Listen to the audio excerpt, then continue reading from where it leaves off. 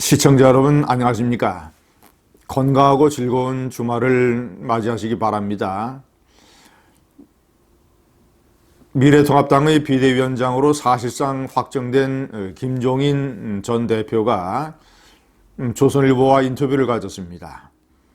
거기서 차기 대통령 선거를 포함을 해서 여러 가지 이 대한민국의 전국과 관련된 중요한 문제에 관해서 견해를 밝혔습니다. 70년대생 경제 대통령을 강조하기도 했습니다. 그리고 본인이 그런 통합당의 대통령 후보를 만들어내는 데에 기여를 하고 싶다는 뜻을 밝혔습니다. 오늘 제가 김종인 위원장의 생각을 조목조목 분석을 해보고 그리고 그것과 다른 저의 생각을 좀 말씀드리려고 합니다.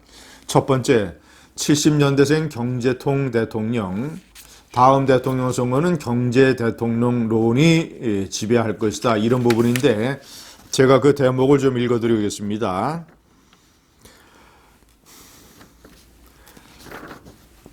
(70년대에) 출생한 사람 중에서 비전과 능력을 갖춘 사람이 국가적 지도자로 부상했으면 한다. 과거 같은 보수 중심 계파 정치에서 벗어나 미래 비전과 정책을 중시하는 정당으로 거듭나는 과정에서 돋보이는 사람들이 생겨날 것이다. 다음 대선의 가장 큰 이슈는 당연히 위기의 경제가 될 것이며 경제 대통령론이 떠오를 것이다. 2년이면 새로운 인물군을 키우기에 충분한 시간이다. 이렇게 말했습니다. 보수 중심 계파 정치에서 벗어나 미래 비전과 정책을 중시하는 그런 인물, 저는 이것이야말로 교과서적인 말이기 때문에 별 이견이 없습니다. 그러나 다음 대통령 선거가 위기의 경제와 관련된 가장 큰 이슈를 만들어낼 것인가, 아니면 또 다른 측면이 있고 경제 대통령론은 지배적인 어떤 화두가 될 것인가? 저는 조금 생각이 다릅니다. 2022년, 물론 이 코로나가 준 경제 충격 때문에 이 경제 침체의 여파가 가속화되고 2년 후에도 경제가 중요한 문제임에는 틀림없지만 여러 가지 다른 변수들도 있습니다. 특히 김정은과 둘러싼 신변 이상설, 김정은의 건강과 이 북한 체제에 관한 여러 가지 분석을 보면 향후 2년 내에 북한에서 상당히 급변 사태가 발생할 가능성이 높다. 그리고 대한민국의 경제라고 하는 것은 구조적으로 북한이라는 문제에 커다란 영향을 받게 되어 있다. 북한을 중심으로 하는 정치, 경제, 사회적 대변혁, 급변 사태에 영향을 받게 되어 있고, 그렇지 어떤 경제 위기라고 하는 것이 절대적이고 지배적인 명분은 될 수 없다. 자, 그렇다면 대한민국에 필요한 차기 지도자는 어떤 인물이어야 되느냐? 자, 김종인 위원장은 이명박 대통령과 박근혜 대통령을 상당히 신랄히 비판을 하는 입장입니다. 그러나 그가 비판을 하는 두 사람 중에 한 사람, 이명박 대통령, 대표적인 경제통 대통령이었습니다. 그런데 그가 비판하는 대로 왜 이 대통령이 감옥에 가 있느냐? 대한민국의 통치라고 하는 것은 경제 한 분야로 국한될 수가 없는 것이며 일종의 종합예술, 종합관리형 체제여야 된다. 그래서 제가 선호하는, 그리고 제가 중요하다고 생각하는 차기 대통령의 덕목은, 차기뿐만 아니라 기본적으로 이 대한민국의 대통령이란 사람이 가져야 되는 덕목은 강력한 정체성의 이념을 중심으로 해서 그것을 바탕으로 해서 위에는 종합적 관리 능력을 갖춰야 된다.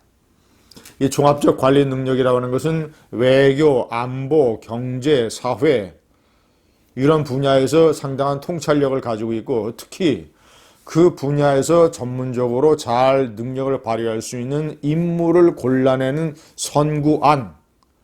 대통령은 종합관리 능력만 갖추고 각 분야에 아주 전문적이고 능력 있는 사람을 발굴해서 쓰면 됩니다.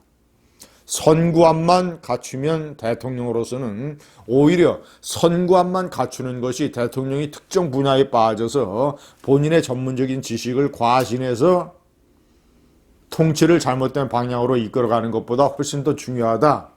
저는 이렇게 생각을 하는 것이죠. 그리고 나이는 저희가 판단할 때는 그렇게 중요하지 않습니다. 오히려 제가 말씀드린 강력한 정체성의 이념을 중심으로 해서 종합관리 능력을 갖추려면 어느 정도 인생에서 경력에서 어떤 경험과 경륜을 갖춘 그런 인물이 돼야 될 것이다.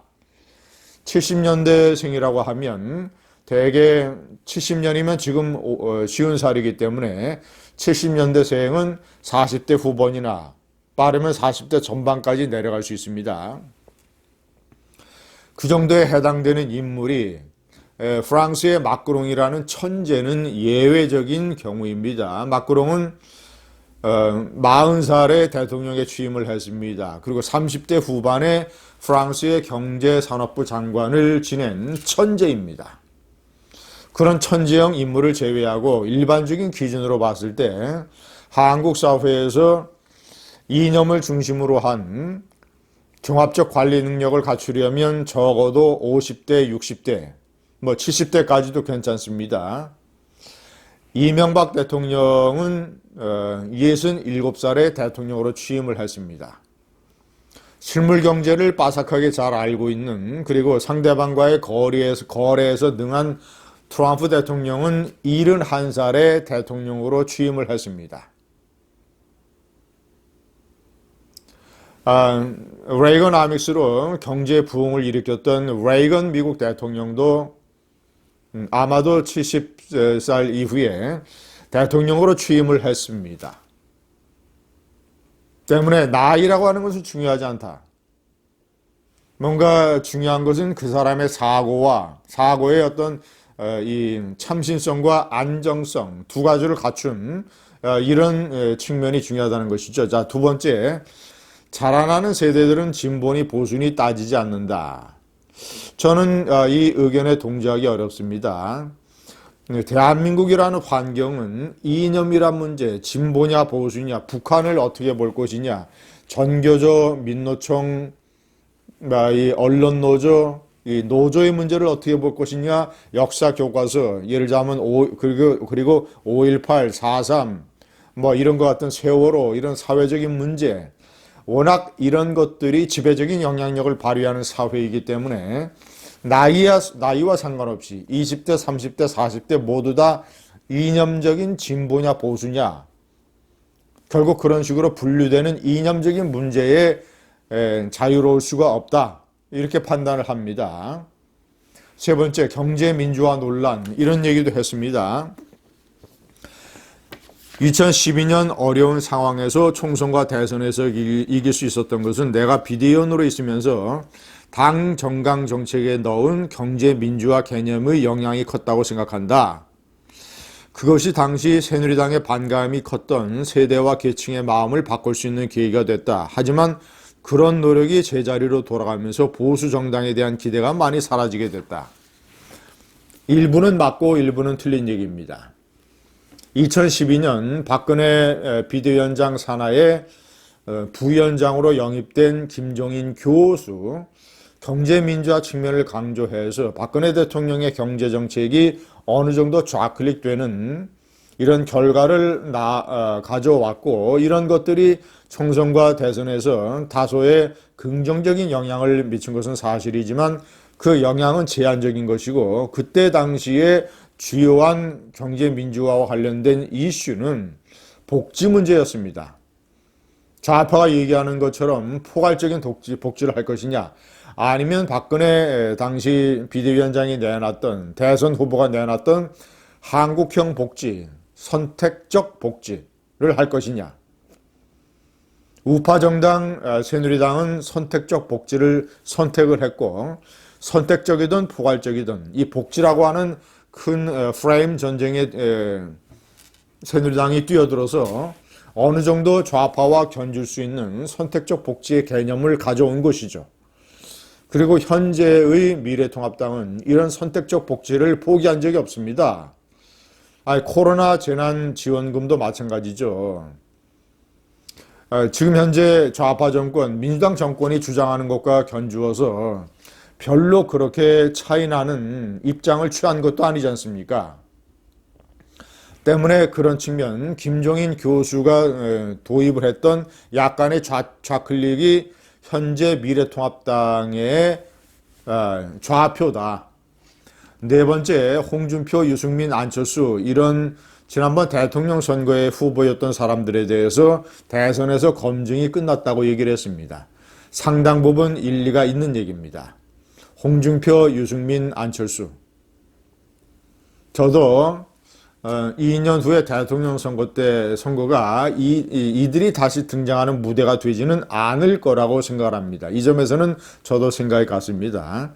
다섯 번째, 문재인이 민주주의 기본 원칙을 훼손했다라고 비판을 하면서 이 문재인 좌파 정권의 미래통합당의 비대위원장의 중요한 임무는 문벼천과 물개박스 언론 때문에 가려져 있는 문재인 좌파 정권의 끔찍한 나라 망치기, 이것을 조목조목 20대, 30대, 40대, 50대에게 알리는 것입니다. 그것이 비대위원장으로서의 중요한 임무 중에 하나입니다. 자, 김종인 위원장은 문재인 대통령이 사법부나 언론을 장악하려 하면서 민주주의 기본 원칙을 훼손하고 있다라고 비판을 하고 있습니다. 그런데 인터뷰의 상당한 부분은 문재인 좌파 정권에 관한 언급이 아니라 대부분 미래통합당의 앞으로의 혁신 과제 이런 데에 집중이 되어 있습니다. 인터뷰는 그렇다 치더라도 20대, 30대, 40대, 50대에서 이미 기울어진 운동장이 되어 있는 이유가 제가 여러 번 강조한 것처럼 이 문벼천과 언론 때문에 제대로 문재인의 정체와 실상이 그들에게 비춰지지 않고 있다. 내버 앞으로 비대위원장이든 아니면 차기 당대표든 아니면 차기 대통령 선거 후보든 우파의 지도자들은 과감하고 정면적으로 문재인의 민낯과 실상과 실패와 해악과 죄과를 20대, 30대, 40대, 50대 유권자들에게 알리는 데 진력해야 됩니다. 그래서 기울어진 운동장을 조금이라도 바꿔놔야, 정치 지형을 바꿔놔야 다음은 대통령 선거 때 우파가 나름대로의 기세를 잡을 수 있습니다. 감사합니다.